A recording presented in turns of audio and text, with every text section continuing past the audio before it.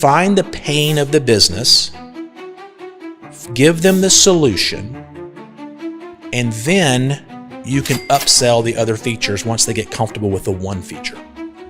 That's how I'm leading. That's what I'm doing, is leading into it that way. Hey everyone, I'm excited to bring you a high-level breakthrough. Essentially, the breakthroughs are a case study program we launched not too long ago. And I'm so excited for this one because first of all, we came out here to Atlanta, Georgia, beautiful city, beautiful place. And we have a young man named Wade Lester. And I say that sarcastically because he's a seasoned entrepreneur. And we're going to dive right into Wade's business and just kind of hear a bit about his story. I'm excited for all of you to learn about him.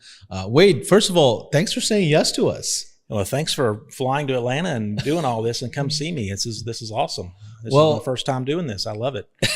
That's right. This is your first podcast that you had said you have ever done. How does it feel? How does it feel?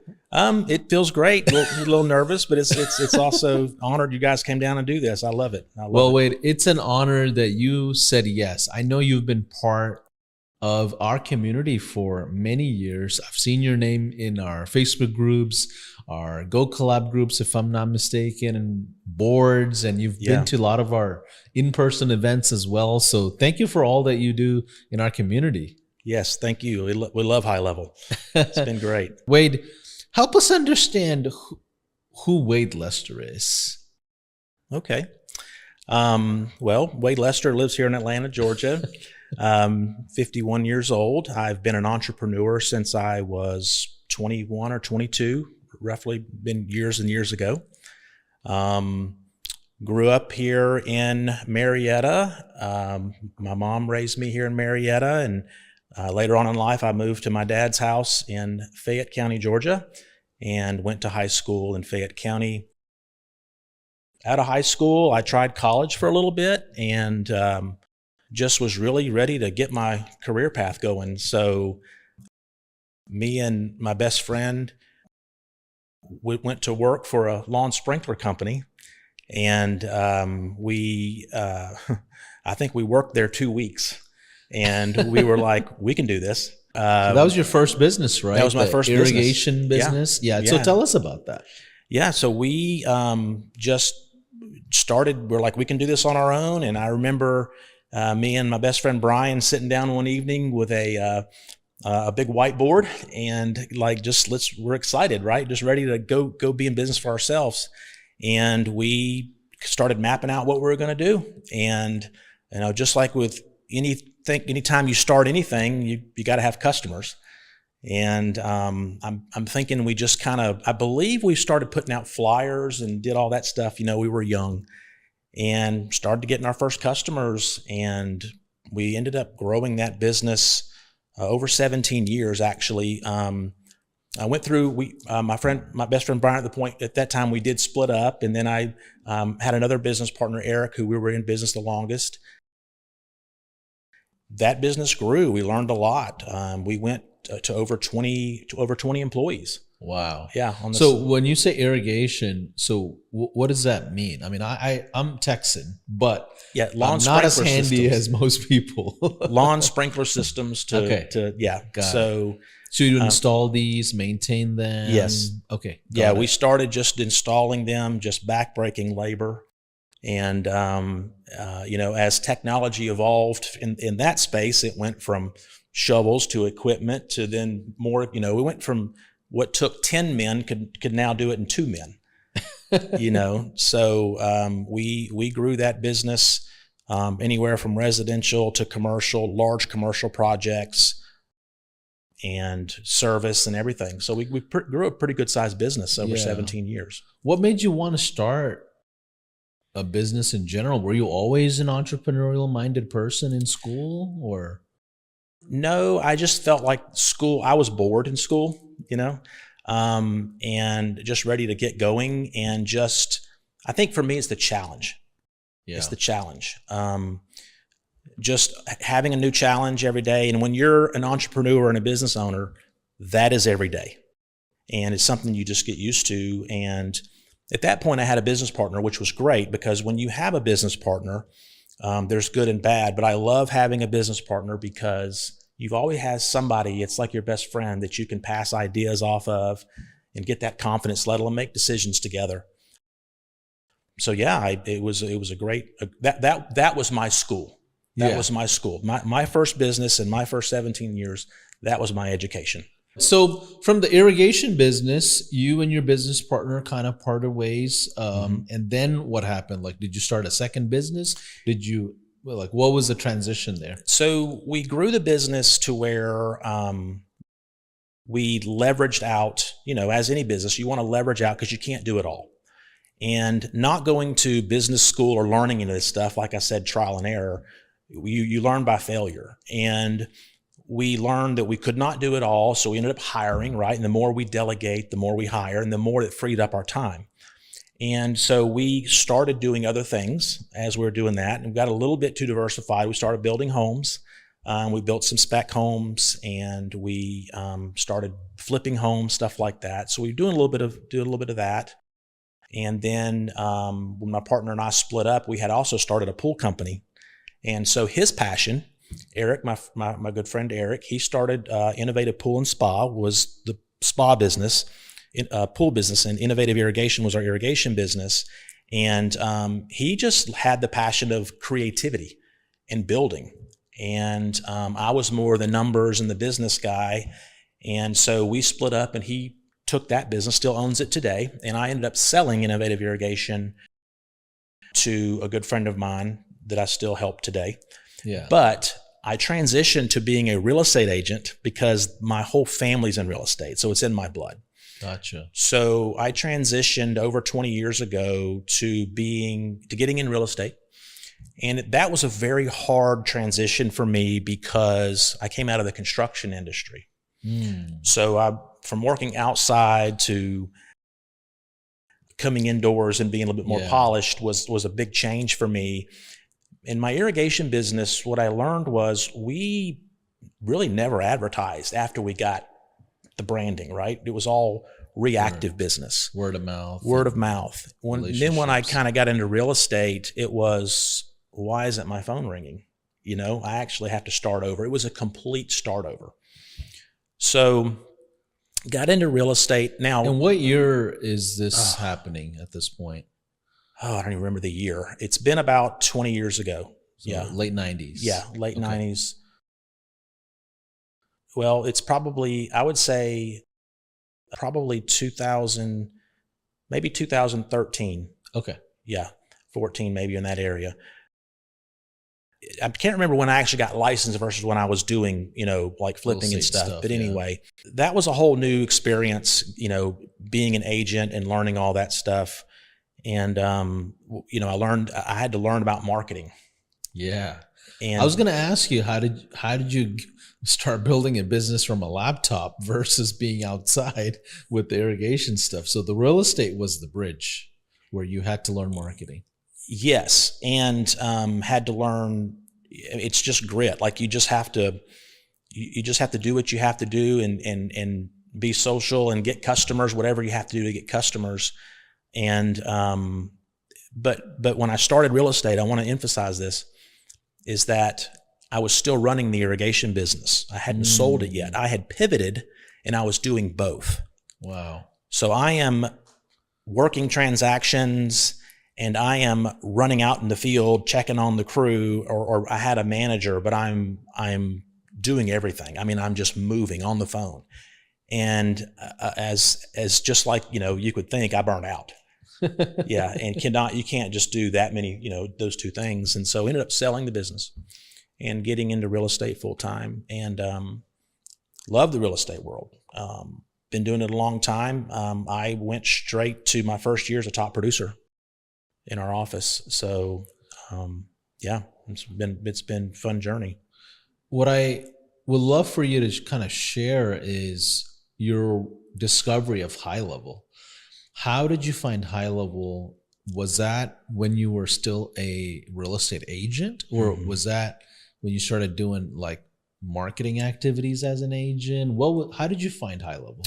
So I actually found HighLevel through Quentin Newman. He is a high leveler himself. He has Capri AI. You had mentioned he is a family member. Yes, he is my nephew. Yes, and he introduced me to HighLevel back in pre-SaaS. Was that 2020 or 2021? Yeah, I think before 2021 was pre-SaaS, I would think. So that's when I got involved with it, and just probably relate to everybody on the video. It can suck you in. Like there's just a whole lot of stuff, right? And so, yes, to answer your question, it was for the marketing aspect and the texting and the automation. How can I automate some of these processes?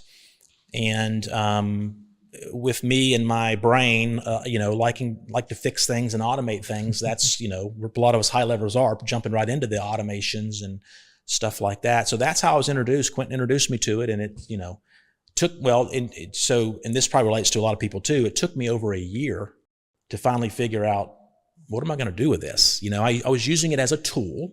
Yeah. And then when SaaS came out, that's when I discovered I can actually start a business with this. Yeah. But what business? I also remember you telling me like your initial reaction to HighLevel, that it cannot be unlimited sub accounts. It can't, yes. You talk to Sean Clark, you're kind of inspecting from far whether this is real. Yeah. So that was, I remember talking to Quentin when he says, you can have unlimited sub accounts. And I was like, this just doesn't make any sense. Like I need to verify this. So I was on a call with one of the sales reps, and he had told me it was, unlimited. And he's like, well, it's not really unlimited. And then I think he was probably new and didn't understand everything. And so Sean called me, or maybe I made a post in the group or something asking the question. Sean called me while he had his kids, he was at his kid's soccer game. And I was like, wow, I'm actually talking to Sean on the phone. I said, this is great and I love it. And so, just ever since then, it's just, I've been all in, Yeah. So what are some things you solve with HighLevel in your business today? Like help us kind of understand how you utilize it. I know there's 1,000 different things you can do with it. So I'll start with how we used it as a real estate agent. Okay. And then I'm going to go into how my other business started. So as a real estate agent, if you use HighLevel independently, it can do it all. It's just a little overwhelming because, I use the analogy and I use it every day. Sometimes you can't see the ketchup in the fridge when you open the door because there's so many features, right? Yeah. And, but anything from texting to website automation, and the open API is an absolute game changer. I love the concept. I love the fact that you can pretty much, if you can think it, you can do it. You can add on a third party. What is API for the folks that are watching and they're new? Like I know you built an entire business off of APIs. Yes. So we'll get into the details, but give us the fundamental breakdown of what is that? What is middleware? Yeah. So middleware is an API, application protocol interface, is basically you can take data from one system and push it into another. So whenever an event happens, you can take all this data and push it into another system. And that is what has made an awesome development community, and all the third-party vendors. It's just created tons of opportunities for other businesses and entrepreneurs. And, seems to be that a lot of the companies are now going that direction. Yeah. Because not everybody can do it all. So you can empower everything with APIs. Right. So how does it benefit you as a business? Like, help us kind of understand what you offer to your customers today. Okay. So being in real estate and having a small team, we used Follow Up Boss as our main CRM. And with Follow Up Boss had limitations. And one of the main limitations was they did not have automated texting for automated outreach, which was almost a deal breaker for me. But I love the platform, and we'd been using the platform a long time. Well, Follow Up Boss also has an open API. Gotcha. So when I was just dabbling around, and I was like, I wonder if I can empower Follow Up Boss with HighLevel's features, and starting with the texting. And that's what we did. And so that's exactly how I said, well, I'm going to create a SaaS product, and that's where I'm going to start. Okay. And, we're only a little over 2 years into this right now. And for me, it was a business to start I was already in a community of people that knew me, and that was my niche. So we've been able to grow organically. Yeah. And kind of help us understand the numbers a little bit. How many customers do you guys have, and how much money are you guys making? I know you guys are doing pretty well. I mean, I think we're doing, pretty good for being just a little over 2 years, and we're learning, just like any new business, we're learning. We are just now right at around 300, and trying to, figure out which we've kind of created quite a few different applications. And so I think in this business, it's really hard to stay really laser focused and how not to get too many things going. But I guess last year, 25, we were right at 300 and I think 375, 380 gross revenue. Yeah. And then in 24, we were about 170. Okay. In the first year, we were like 60. Yeah. So we'll break that down and the kind of the transitions that you guys went through. But before we go into the SaaS component, how did you get introduced to SaaS? You started an irrigation business, then went into real estate, then figured out the marketing behind the real estate activities. But what made you want to say, okay, I think I want to start a subscription-based revenue model? Yeah. And I'll tell you that my irrigation business, the value of my business was not as much as like when people evaluate businesses, they evaluate it on predictable revenue. And I never knew that. And so everything we did in the irrigation business was kind of one and done. Yeah. And it's feast or famine, hard work. Yeah. If you have sales, you'll survive. Yeah. And then in real estate, it's kind of the same thing. It's you're going to win some and you're going to lose some, and you're going to win big and you could lose big too. And so there really wasn't a path of predictability. And so that has always been something that I've been really wanting to figure out, was building something that's predictable. And obviously subscription has more predictability than one sale. And, getting into the software space kind of all started when, personal story, my dad my dad and I both started a company called MortGenius, which was a mortgage software program back when I was really heavy into real estate. And he was a loan officer, so he knew all about lending and lending and loan officers, stuff like that in the mortgage business. And obviously, I'm his son. I've got his brain, very similar brains. We want to solve problems. So he built a system to where we would guide people to buy homes based on their budget, not the price, which is really the most important part, and so he built an algorithm system that would train or would coach buyers into taking their constraints of their, monthly and everything and how much they can afford. What will that buy? And then how to leverage that in the negotiations.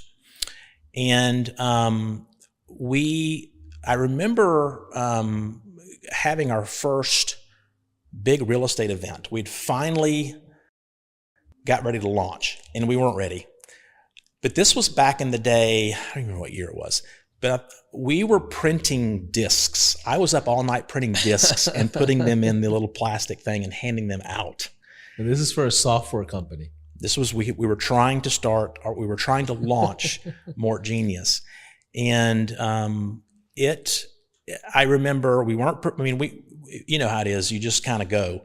But that was right when the internet was taking off, when things were going from disk downloads to web-based. It was right in that transition. And after that, we kind of went back to the drawing board, and when you're building a business, it's hard not to be a perfectionist when you're a business owner. because, what's the saying? If it's perfect, or what the saying is, like it's never going to be perfect. So you have to get to market. And we just kept trying to make it perfect before we went to market. And unfortunately, my dad had gotten sick with cancer, and in 2013. And at that point, he had gotten sick and unfortunately passed away. But not being able to get that product to market, he was the engineer behind the whole product.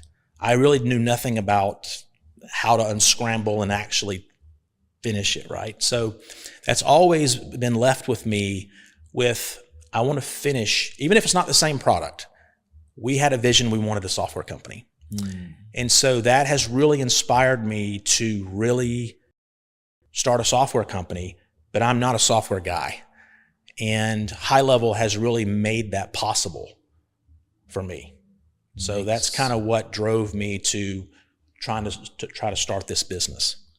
Yeah, and adversity often creates like a driving force. And I see that among entrepreneurs, and it sounds like what you just described. Like it seems like you're excited about SaaS because of the lessons you've learned with your dad and what he stood for. And of course, you don't have to print discs anymore. Yeah.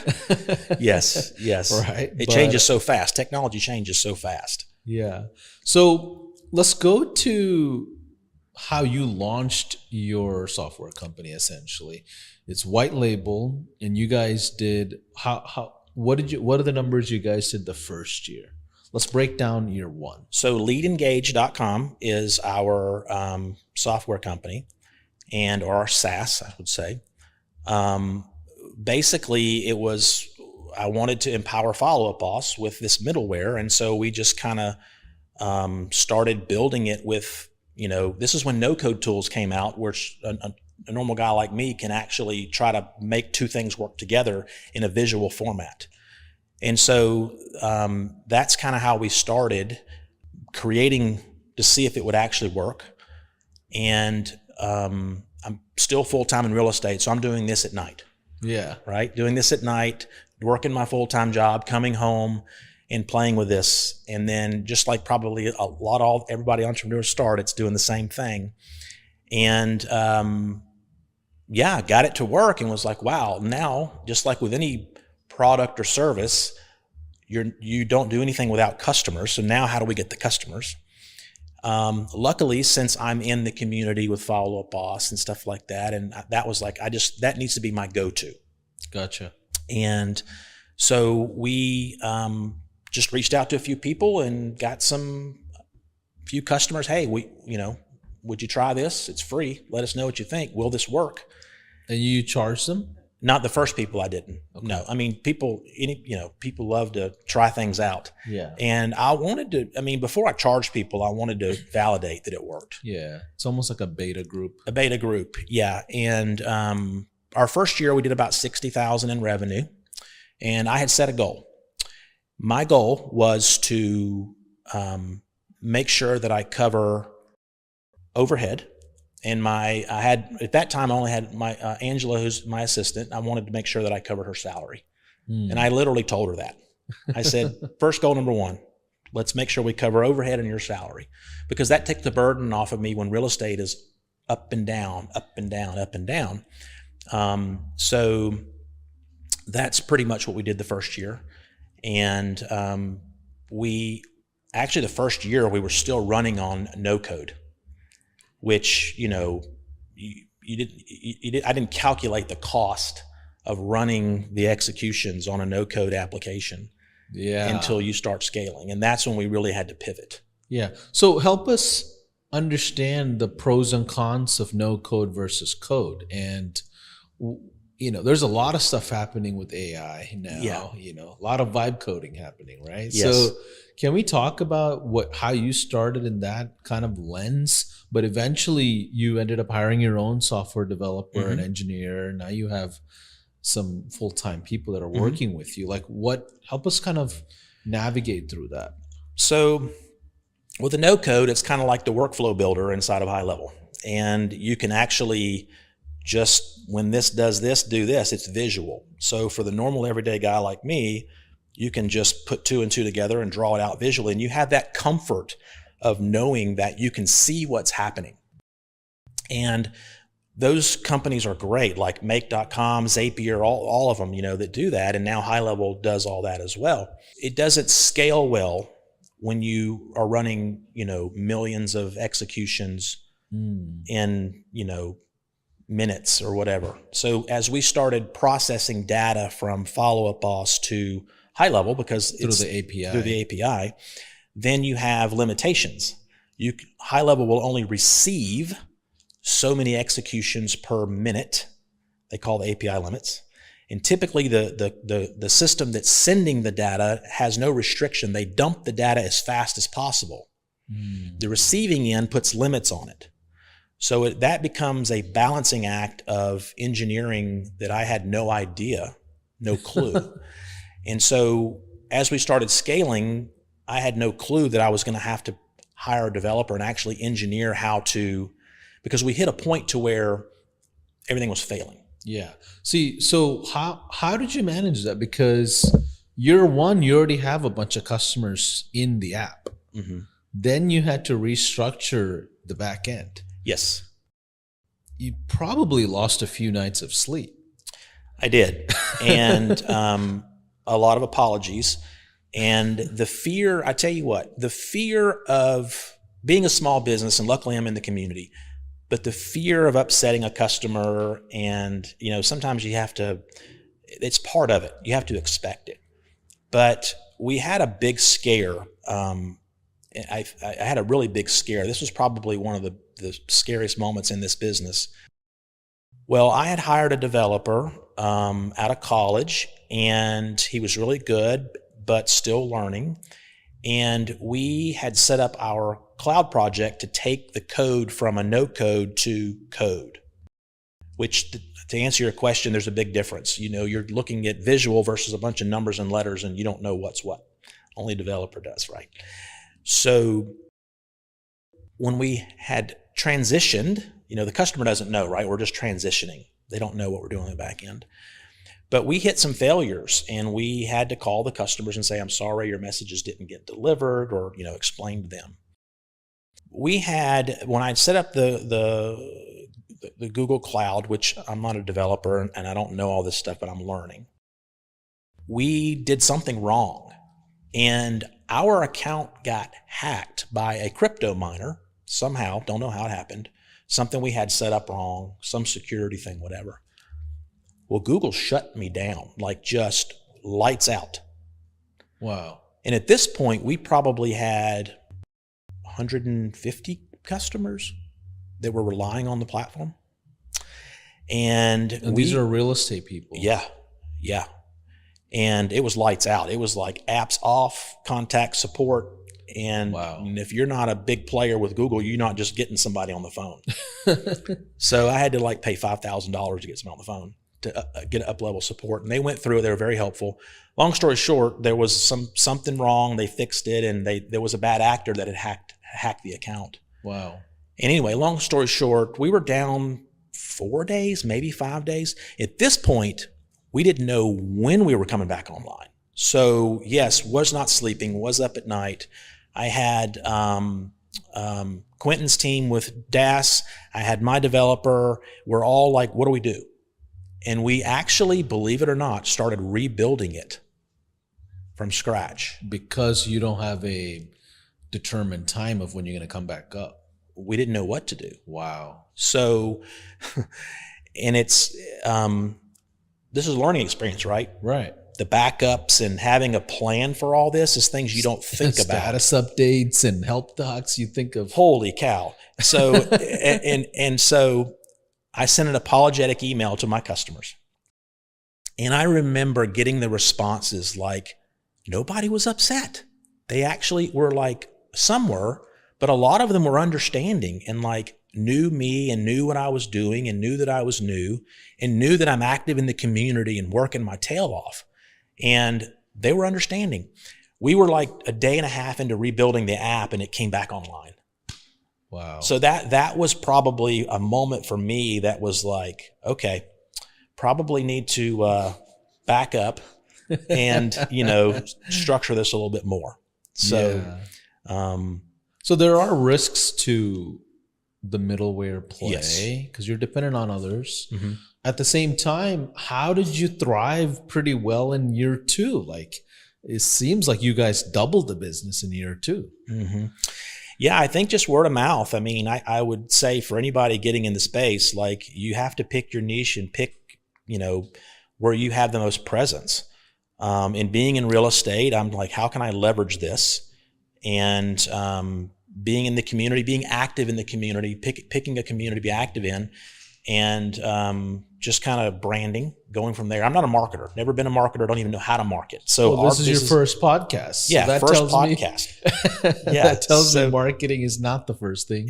You're a builder. Yeah, I'm a builder, and I'm a builder who needs to learn the marketing piece. And so being involved in the HighLevel community has been great because I've met some awesome people. And, you have to learn as an entrepreneur, you can't do it all yourself. You have to have people, and you have to have those relationships with people you can call on. And I just can't tell you the amount of people that have helped me out, when in need, and being able to call on them. It's a unique community. That's one of the most proudest things for me is the type of community we built. It's not a competitive space. It's a collaborative space. Yes. And there's a big difference. Yes. Because we go further faster when everybody's collaborative together versus competing so much, right? And that was my first mindset. I didn't know, years ago, it was all competing. And then as I matured and grew, it was like, it needs to be this way. Leading with value is what has been part of our success, is leading with value when it comes to that community, me being leading with value. Yeah. And it matters with customers too, because when you send out your apologies and emails of just keeping them updated, like the type of response you got was based on the value you provided previously. Yes. Yeah. Right. And knowing me, because I was doing the demos, and, I'm still a full-time, I'm not full-time real estate agent. I'm part-time. So we're figuring that out. If I'm bringing on somebody to replace me, it's kind of in that middle right now. There's 3 levels of business. You make money when you're small. Usually you lose money in the middle, and you hit that 3rd tier. That's when you start, making money. So trying to figure that out. Yeah. There's a lot of benefits for getting in the SaaS space in HighLevel. Empowers entrepreneurs to be able to do that.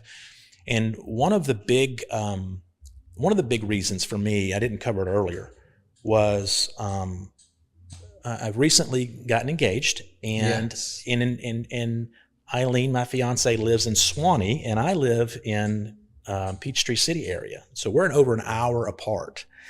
And in the real estate business, your business is your community and people around. So if you leave that community, you pretty much start over. And so another huge benefit to me was being able to be anywhere in running the business. Yeah. So all these things, as I've gone through life and learning, it was like, I didn't think about that. Yeah. So having a software business, excited for the future and figuring it all out. I love it. And you stayed within real estate and just pivoted your business model and offers, and you're still present in the same community. Still present in the community. In my real estate business, I'm very selective now, and I try to use other team members to handle certain clients. I'll only handle certain clients. I have to manage my time. Right. But it's how do you buy back your time? Yeah. That's the right now it's the balance. Yeah. And figuring all that out. Makes sense. So let's talk about the second year.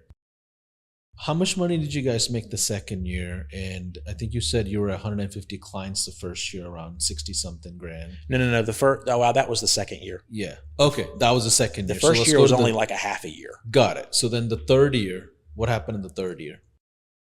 So the third year, which was last year, I think we were 375, 380 gross, and around 300 customers. And everything we do right now is organic because of we're adding high level features to another CRM. And I think it's kind of a unique business model that we have, because I've kind of like, HighLevel has so many features, and with the open API, it's an opportunity to take those features and plug them into other companies that don't have it. And so it's a win-win. Gotcha.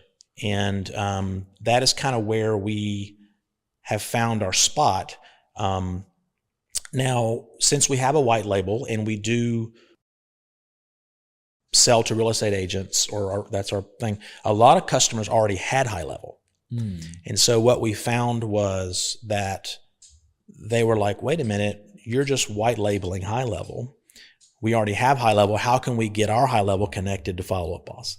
So we had such a demand for that app, we built that for high levelers to connect at a different I remember fee. you saying at first you had told them you had to just switch over. Yeah. Then you kind of changed that mentality and said, you know what, keep your existing system. Let me just add this on. Can you walk us through that finding? So at first I was like, no, I'm just going to, you're on your own. You got to use Zapier. But the way we did it, you can't be done with Zapier or anything like that. It's the way we did it with Follow Up Boss. And then I was like, I'm missing a whole market here. And, just like high levelers that are listening to this that have their own SaaS product and they're white labeling it, there's a lot to support. That's a huge thing that I didn't realize. When you start reselling an all-in-one, it's a all-in-one, a lot of customer confusion without support and without, and so that is where we were like, okay, we charge X for our white label because we have to support it. And that good support requires human people to talk to. Yeah. And so I was like, okay, what's your price point for your offers? So we start at $149 per month. Yeah. And so that is just the texting bolt-on. So we do texting bolt-on to Follow Up Boss, review management, and we do the omni-channel chat. So we bring in WhatsApp, Instagram, and Facebook also into Follow Up Boss. Okay. And that is the $149. That price was set because of another competitor. Gotcha. And looking to go up on that. And then we have our automation plan that runs $197 a month. It's about to go to $249 at the end of the month. And all that does is give them the power of the automations. So Follow Up Boss has simple automations. HighLevel has advanced automations. So we kind of upsell that part. Got it. And then we have the all-in-one, which is everything. And that's $297, but we're raising that to $397 because of the support that it takes. So wait a minute. Let me understand this. You're telling me you built a business that's grossing close to almost past 370 grand. Right at 380, yeah. With bolt-on, add-on services with HighLevel. Yes. That's insane. Yeah. Well, I'm hoping to, I think there's a much bigger market for it, and that's a whole nother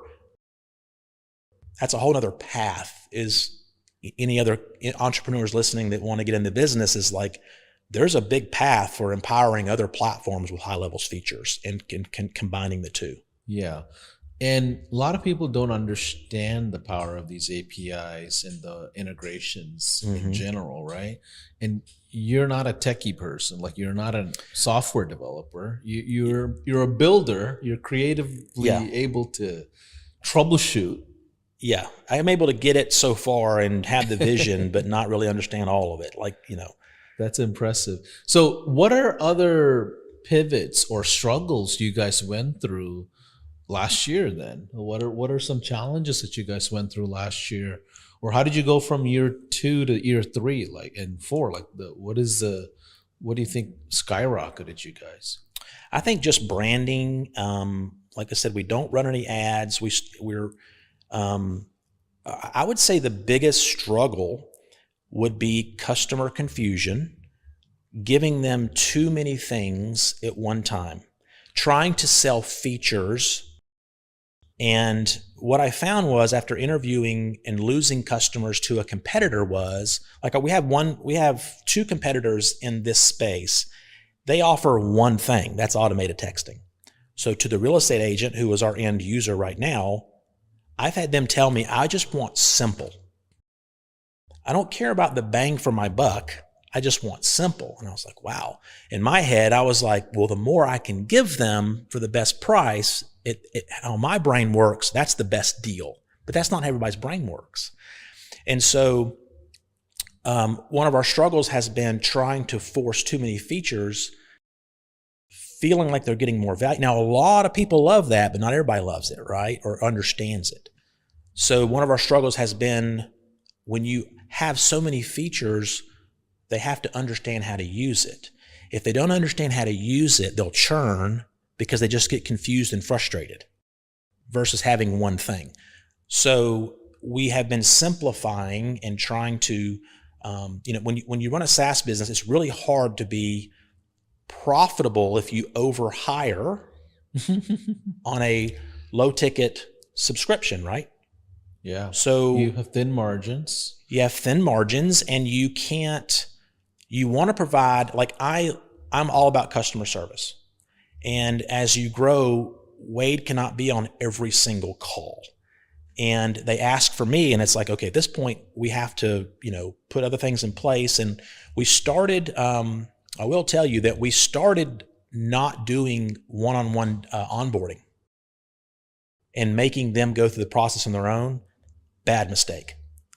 Because that is where you get that trust with that one-on-one onboarding. The minute we switched, because I didn't want to put in the effort and have the person do the onboarding, people churned like crazy. I mean, our churn went through the roof. Yeah. So what about group onboardings? Did you ever try one-to-many? I think that's going to be next. I don't think we're onboarding enough at one time to do that. Yeah. But that is where we're probably going to go next, and trying to do the office hours and leveraging that. Yeah. I can tell you, from what I understand, the most critical moment of a software user's entry is the first 7 days. Yeah. Nothing else matters. So, you've spent hours on Zoom and then offloaded it and made it completely autonomous. What are the things you figured out in making that mistake? How did you recover from it after as well? We went right back to one-on-one onboardings. Okay. And I did, at first I was doing one-on-one Zooms on sales demos. And as people that are experienced hearing this, they're like, yep, been there, done that. Now we do the group demos. But I will say that for anybody listening on this, it's just starting, you have to build that trust with a customer. Like you said, it's not, you can't just start this business, people get on YouTube and they hear all these stories, and you can't outsource trust. You can't outsource trust, and you can't, it's not something that you're just gonna, be driving a Lamborghini overnight, or that's not real life. And, or people say that, whatever. So it's like, it takes a lot of work, and you can't automate the whole thing. Now, I'm not saying you can't. There's plenty of successful companies that do it, but at my stage, it'd be too much risk. I still want to build that, Yeah. So how many customers are you guys at now? Right at 300. 300. And your gross revenue is around 380 last year. Yep. So what are you on pace for this year? What's your projections? What are your goals for upcoming year? We are looking, my goal, because I can't predict where we're going to be, my goal right now is to my goal is $80K a month this year, by the end of the year. Yeah. And you got to have the goal to try to hit, It makes sense. I mean, you've came from the early days of, perfecting the offer, perfecting the process, kind of perfecting the systems. Now you're at a point of scaling, right? Yeah. So, and learning how to scale, adding gas to the fire. Yeah. And having a coach, or having someone, and being in a community of people that have already been in that path. I think for me, I've always been the kind of guy that just figures it out on your own and won't listen, and as you get older, now you're like, gosh, if I could, and I just have this passion now that I'm in my 50s, and I see all these young entrepreneurs, and I just love it. And when I see one that just has that passion and that work ethic, I just want to help them. Yeah. Because now at my stage, I'm just like, let's go in business together. Let me help you. Let me, and I think for me, I know I'm jumping a little off topic, but for when I, in probably the next 5 to 7 years, I would like to coach, because that actually fills me. Yeah. It's a legacy thing, Yeah. right? I think your dad instilled the power of someone guiding you. Mm-hmm. So there might be some tendency for you to want to guide someone else. Yes, I think it's natural. Yeah, it is natural. Help us understand some big breakthroughs and results that you're proud of with the business. Let's talk about some of the positives with the business. I mean, you guys, such a short time, are crushing it. I mean, I'm not a big awards guy. I've never have been. And in the real estate business, you pretty much get an award for coming to the office. So I would say wins for me would be results. Yeah. Seeing customer results, the validation that if they just follow the process in your system, that they get results. That is what drives me. We did, I think the Gold Award, which I'd never thought, I didn't really think anything about that. You walked the stage, didn't you? I did not walk the stage. No, you didn't. No, I did not walk the stage. But we got to do it this year. We're going to do it this year. Yeah, I would love to. Yeah. So yeah, I mean, just hitting those milestones, seeing customers happy, validating the product. And I think building a team too, that is, I want to build a team, and I want to build a team of a happy staff and everybody working together for a common goal. Yeah. Let's do some reflection as we kind of close out. I've got some questions here that our team put together, and I think it's a great thing to kind of go through it together. Looking back, what do you think you misunderstood about growth back then when you first started? And is this relates to SaaS or just growth in general? Just in growth as a person, growth as a business, just in general. Like what was some misunderstood things that you had back then?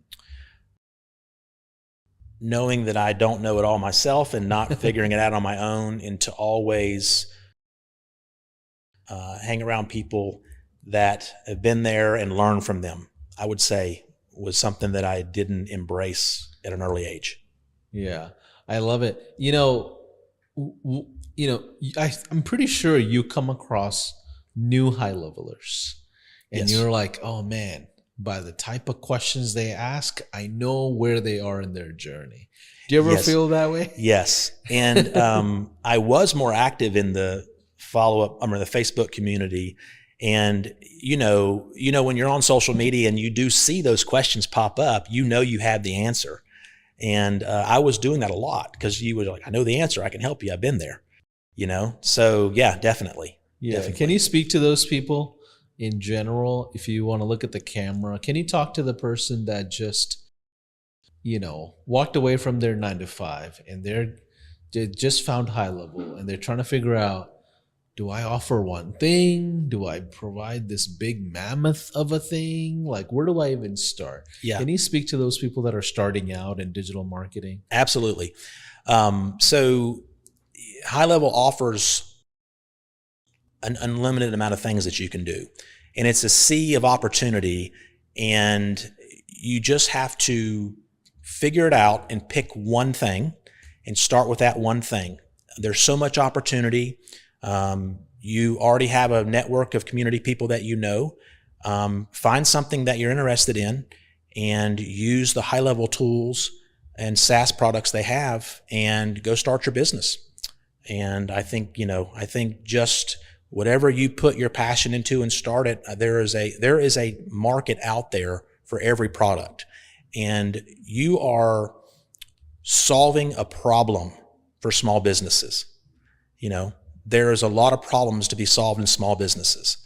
I mean, even for me, I'm trying to stay focused on what we're doing, but there's so much opportunity in the AI space right now, right? And that's growing. So definitely go after the voice AI and the missed call text back and stuff like that, where businesses actually need that. I think that is probably, I mean, y'all have been talking about that for a long time, but that seems to be the lowest hanging fruit. So I will say this, find the pain of the business, give them the solution, and then you can upsell the other features once they get comfortable with the one feature. That's how that's what I'm doing, is leading into it that way. Yeah, so you have a foot in the door offer, then you expand whoever you choose to work with in a more bigger way or a bigger relationship. Yeah. And you can also, this is not something that we're doing, but when you get a customer, you can choose to just be SaaS only. They're also going to want to hire you to just done for you. So there's two different revenue streams, that and then you have the do-it-yourself, the done with you, and the done for you. Yeah. And that is where we are now pivoting, or I have to make a decision. Adding on to it. If we're going to bring on people to actually do those things for you. Yeah. And those would be larger ticket items. Yeah. So there's a ton of opportunity out there in HighLevel world for what they've built. I'm just grateful for what they've built and their business model, because it just can, there's so much opportunity and so much growth you can have with the software. I love it. Wade, my last question that I always love asking everyone is legacy questions. Like, when it's all said and done, when you walk off to the sunset, Wade Lester, what does that look like? What is that world of, the chapter of retirement, or a chapter of, flexibility, or whatever you want to call it? What does that look like for you as we kind of close out? Well, I don't know that I will ever retire because I have to be moving and doing stuff, but it would be nice to only at some point work only when you want to, or when when you're bored or whatever. So, I think, the goal for me would be to, be in a spot where I can retire and work wherever I want to, and, hopefully have something worth value that I can pass down or sell, or, have whatever. the option. Yeah, have the option. Yeah. So I'm the kind of guy that just shows up and works hard every day and try to help as many people as I can. I have found that the more people that you help, that is what drives me now. Is trying to help more people and make other people more successful, collaborative. Yeah. The most important thing that I've learned from this convo so far is you built a massive business with one big feature, the API component. With integration. You essentially put two software systems together and served your customer, and you're crushing it. I mean, that goes to share that, you don't need to use everything inside of HighLevel. Yeah. And you can build a pretty healthy business doing that. So absolutely. Yeah. We're excited for you. We appreciate you sharing your story. Thank you. Thank you. Yeah, this has been great. For those of you that have spent some time watching this, we thank you for your time. Hopefully this case study inspires you. We are going to, so as part of this case study, there's a one-page financial report that will be provided. There's also a presentation of Wade's business, and we kind of go through his offers and processes and things like that, all for free to you. So if you're watching it, take advantage of it. But either way, Wade, thank you again. For those of you that are watching, I'll see you on the next case study.